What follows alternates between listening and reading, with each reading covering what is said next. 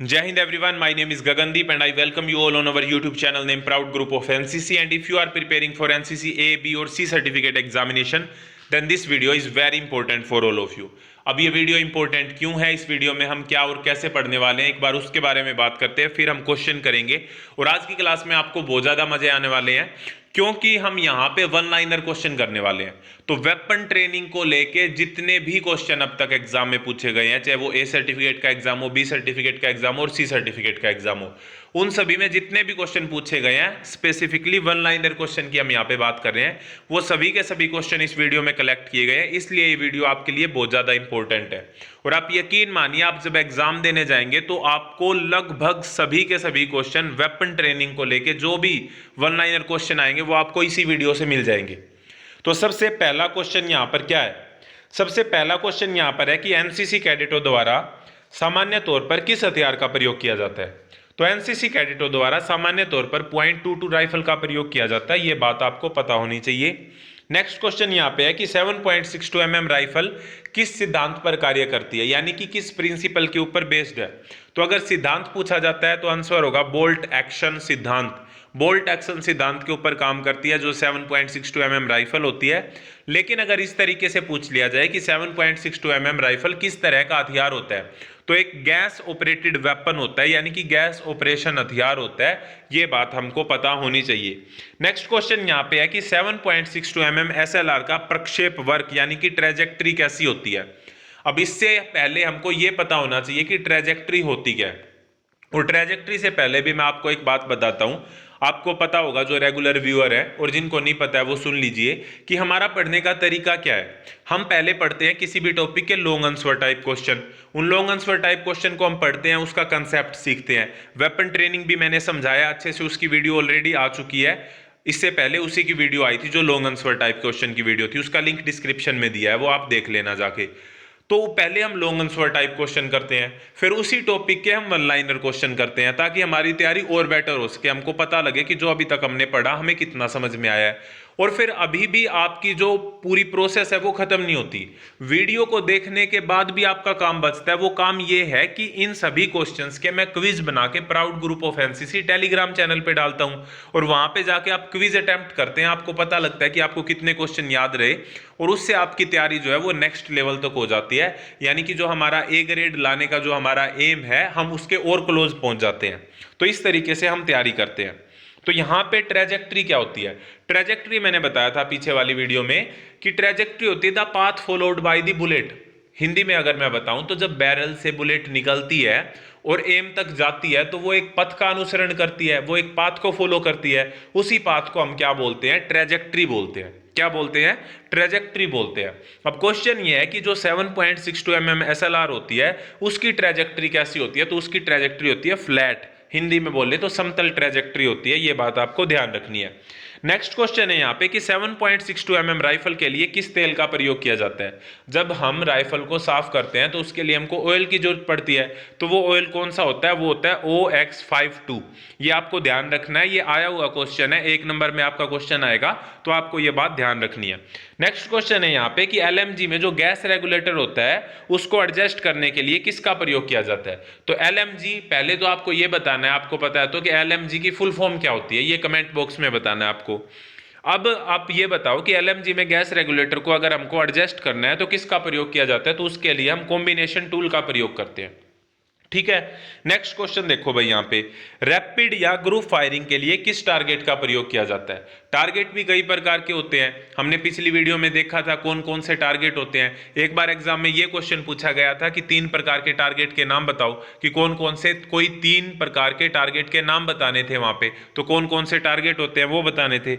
अब यहाँ पे क्वेश्चन ये है कि रैपिड या ग्रुप फायरिंग के लिए किस टारगेट का प्रयोग किया जाता है? तो 1 फुट गुणा 1 फुट, 1/1 फुट का जो टारगेट होता है उसका प्रयोग किया जाता है रैपिड या ग्रुप फायरिंग के लिए। समझ में आ गया आपको? नेक्स्ट क्वेश्चन है यहाँ पे ग्राफिकल मेथड क्या होता है?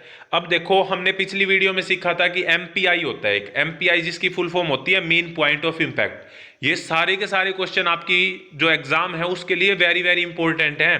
और मैं इनको बड़े ही अच्छे तरीके से समझाने की कोशिश कर रहा हूं, लेकिन आपको करना क्या है कि आपको पूरी वीडियो देखने के बाद क्विज भी अटेम्प्ट करने हैं, जिससे आपकी तैयारी नेक्स्ट लेवल तक जा सके। तो ग्राफिकल मेथड मैंने एमपीआई में बताया था कि मेन पॉइंट ऑफ इंपैक्ट क्या था हमारा। मेन पॉइंट ऑफ इंपैक्ट ये था कि नॉर्मली हमको एनसीसी में फायर करने के लिए 5 बुलेट मिलते हैं। अब हमने पांचों के पांचों बुलेट चला दिए, वो जाके टारगेट पर लगे। अब टारगेट पर वो बिल्कुल एक ही जगह पर तो नहीं लगते, कोई थोड़ा सा इधर लगता है, कोई थोड़ा सा इधर लगता है, तो उससे क्या होता है, एक उनका ग्रुप बन जाता है, उसी को हम ग्रुप कहते हैं। और फिर हम कुछ मेथड का यूज करके ये निकालते हैं कि उन जो हमने फायर किए उनका सबसे ज्यादा असर किस पॉइंट पर हुआ। सबसे ज्यादा असर जिस पॉइंट पर होता है उसी को हम मेन पॉइंट ऑफ इंपैक्ट कहते हैं। इंपैक्ट का मतलब ही असर होता है, ठीक है। तो इस तरीके से भी आप ध्यान रख सकते हैं कि एमपीआई क्या होता है। अब एमपीआई निकालने के तरीके होते हैं बहुत सारे, वो जो हमने पिछली वीडियो में डिस्कस किए थे, उसी में से एक तरीका है ग्राफिकल मेथड। तो ग्राफिकल मेथड क्या होता है, एमपीआई निकालने का तरीका होता है। नेक्स्ट क्वेश्चन यहाँ पे है कि एलएमजी की कोकिंग हथियार के किस तरफ होती है। अब कोकिंग जो होगी, अब एक बात बताओ, जब भी हम राइफल को पकड़ते हैं तो हम लेफ्ट हैंड से तो उसको नीचे से पकड़ते हैं, मतलब आगे और नीचे से पकड़ते हैं। तो लेफ्ट हैंड से तो हम पकड़ लेंगे, तो बाकी जो भी काम होते हैं, चाहे हमको ट्रिगर चलाना होता है, हमको कोकिंग करनी होती है, तो वो हम किस हैंड से करेंगे, राइट हैंड से करेंगे। तो वो किस साइड होती है, राइट साइड में होती है, दाईं तरफ होती है। नेक्स्ट क्वेश्चन देखो भाई, यहाँ पे नेक्स्ट क्वेश्चन ये है कि टारगेट के सबसे भीतरी वृत्त को क्या कहते हैं। अब कोई भी टारगेट है, टारगेट 1 फुट गुणा 1 फुट का है, तो वो टारगेट तो पूरा ही हमने मान लिया, लेकिन उसका जो सेंटर पॉइंट होता है ना, उसका जो भीतरी वृत्त होता है, उसको हम क्या बोलते हैं, उसको मैगपाई बोलते हैं। क्या बोलते हैं, मैगपाई बोलते हैं। नेक्स्ट क्वेश्चन देखो भाई, यहाँ पे बिना मैगजीन के 7.62 mm SLR का वजन कितना होता है। तो बिना मैगजीन के 7.62 mm SLR का वजन होता है 4.4 किलोग्राम। अब आपको यह बताना है, अगर आपको पता है कि भरी हुई मैगजीन के साथ में 7.62 mm SLR का वजन कितना होता है। नेक्स्ट क्वेश्चन यहाँ पे देखो कि हथियार को कितना ऊपर उठाना है, यह किस पर निर्भर करता है, यानी कि कितना इंक्लिनेशन होना चाहिए हथियार का, यह किस चीज पर निर्भर करता है। तो यह निर्भर करता है टारगेट की दूरी के ऊपर। कितनी दूर टारगेट है उसके हिसाब से हमको पता लगेगा कि हमको हथियार को कितना ऊपर उठाना है। नेक्स्ट क्वेश्चन देखो यहाँ पे कि भरी हुई मैगजीन के साथ में 7.62 mm SLR का वजन कितना होता है। यही क्वेश्चन मैंने आपसे अभी पूछा था कि खाली के साथ हमको पता लग गया, जब वजन कितना होता है बिना मैगजीन के तो 4.4 किलोग्राम होता है, तो भरी हुई के साथ कितना होता है, 5.1 किलोग्राम होता है। अब मैं आपको एक बात बता दूं, यहाँ पे सबसे इंपॉर्टेंट बात यह है कि आपको इस वीडियो के नोट्स बनाने की कोई भी जरूरत नहीं है।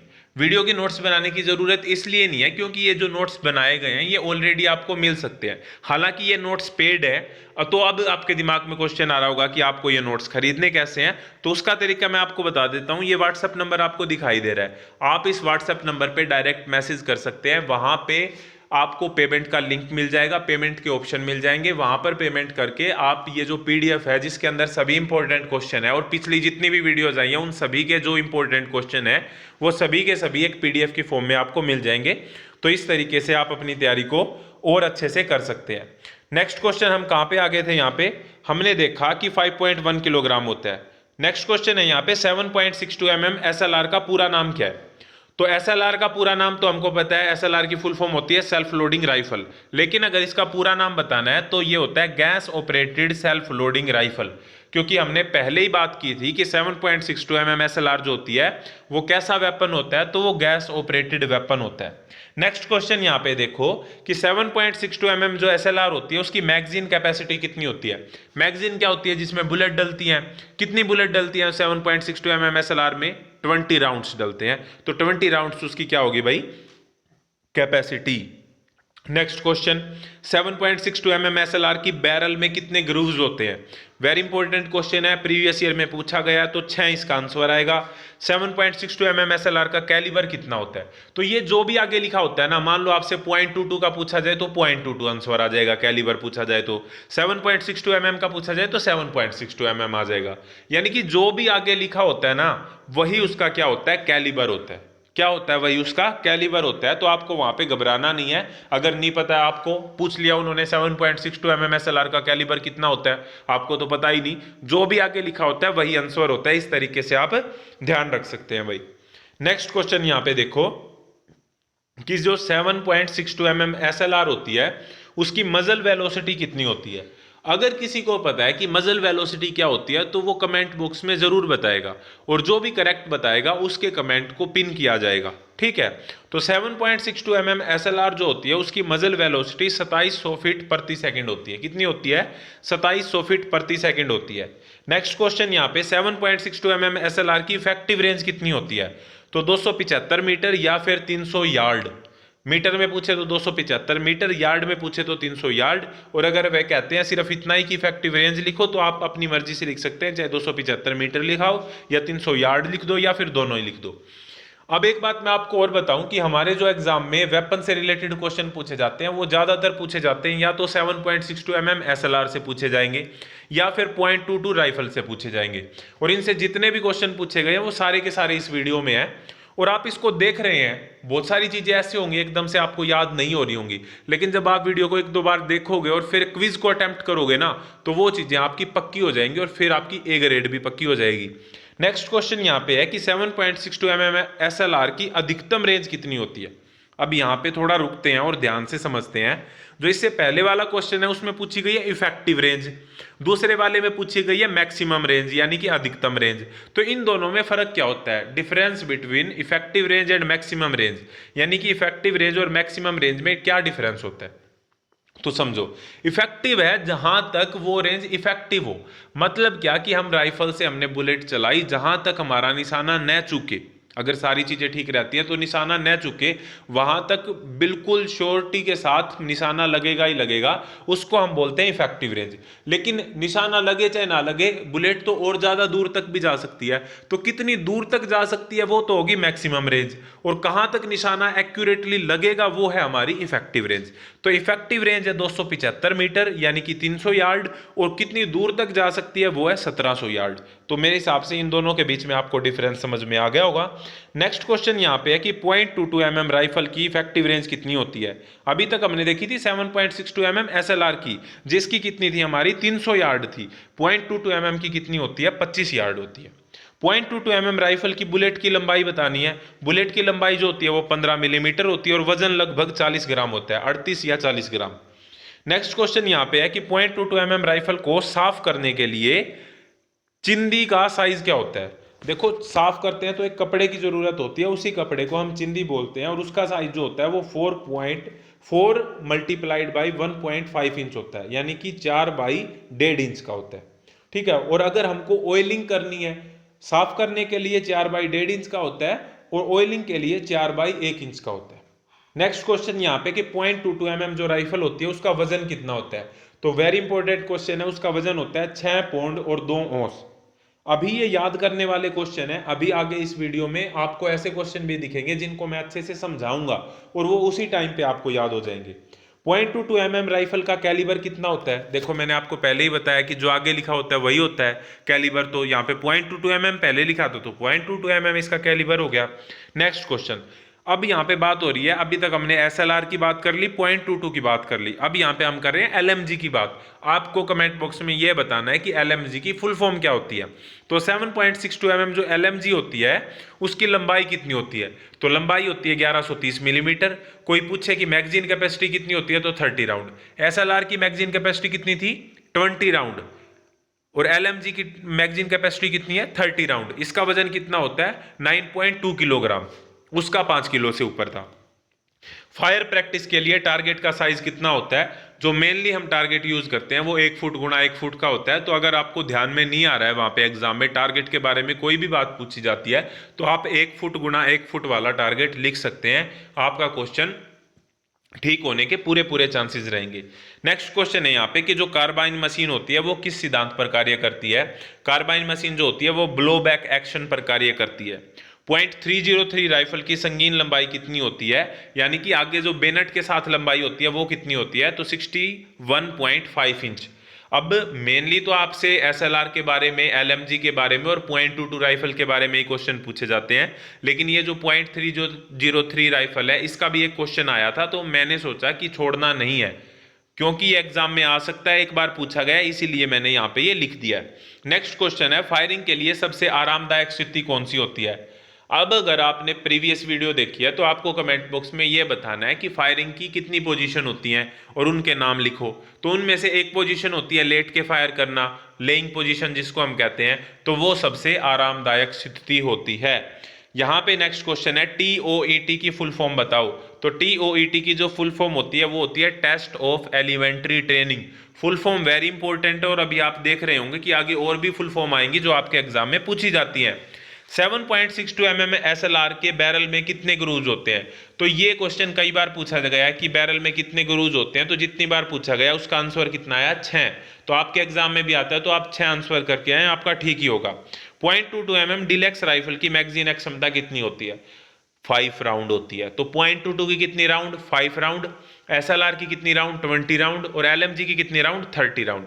हो गए तीनों के तीनों याद? मैं दोबारा से बोल रहा हूं, 0.22 के कितने राउंड ये आपको लिखना है साथ के साथ कमेंट बॉक्स में। 0.22 में कितने राउंड? 5 राउंड। SLR में कितने राउंड? 20 राउंड। और LMG में कितने राउंड? 30 राउंड। नेक्स्ट क्वेश्चन यहाँ पे फुल फॉर्म लिखनी है इनकी हमको। POA की फुल फॉर्म क्या होती है? Point of M. इंसास की Indian new small arm system, very important है, कई बार पूछा जाता है। MMG की मीडियम मशीन गन।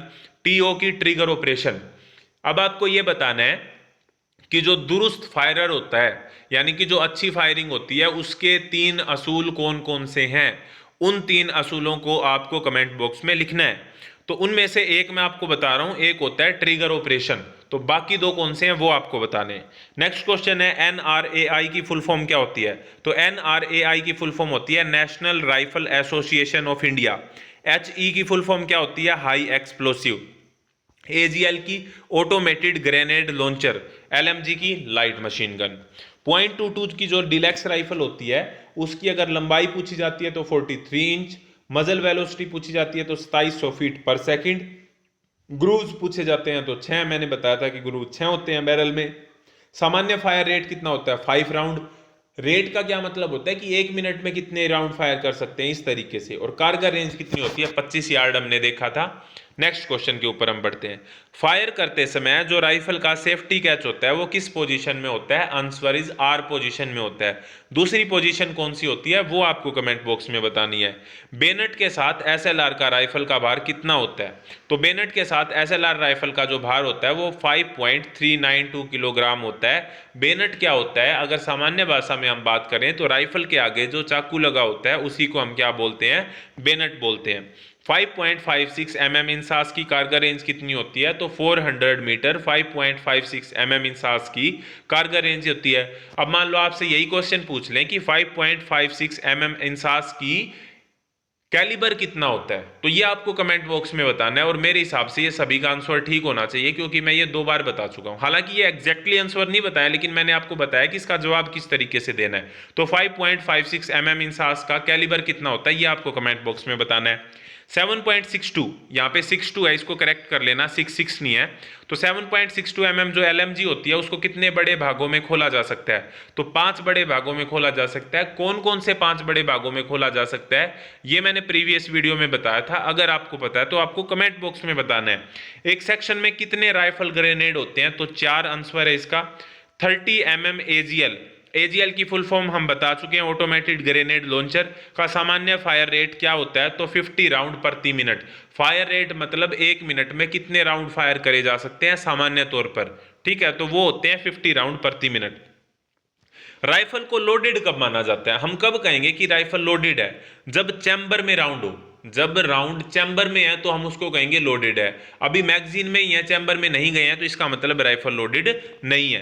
राइफल को लोड करने में और मैगजीन को चार्ज करने में क्या अंतर होता है? यही अंतर होता है, राइफल लोड होगी तो मतलब चैम्बर के अंदर राउंड पहुंच गया, और मैगजीन को अगर हम चार्ज कर रहे हैं तो इसका मतलब मैगजीन में ही है अभी सारे के सारे राउंड, यानी कि मैगजीन चार्ज है पूरी। तो मैगजीन चार्ज का मतलब है कि सभी राउंड मैगजीन में ही है। कुछ और इंपॉर्टेंट फुल फॉर्म है यहाँ पे कि SMC की फुल फॉर्म क्या होती है? Sten machine gun. DP की फुल फॉर्म क्या होती है? Drill practice. और CQB की फुल फॉर्म क्या होती है? Close quarter battle. अब यहाँ पे एक बात जो है वो इंपॉर्टेंट है, बड़े ही ध्यान से सुन लो। मैंने आपको बताया, आपको व्हाट्सएप नंबर मिल चुका है, वहां पे आप मैसेज कर सकते हैं जिन जिन को भी PDF चाहिए। टेलीग्राम ग्रुप पे जरूर जाना है क्विज अटेम्प्ट करने के लिए। वहां पर जब आप जाएंगे तो वहां पे आपको डेली क्विज मिलते रहेंगे, जो पीडीएफ्स हैं अलग से वो पीडीएफ्स मिलती रहेंगी, और जो भी इंपॉर्टेंट इन्फॉर्मेशन है, वीडियो की जो नोटिफिकेशन है वो भी वहाँ पे आपको मिलती रहेगी। आई होप आपको ये चीज़ें समझ में आ रही होंगी। All the best for your exam. इस तरह की और वीडियो के लिए जुड़े रहिए proud group of NCC YouTube channel के साथ। नेक्स्ट वीडियो तक जय हिंद, जय Bharat. Thank you very much.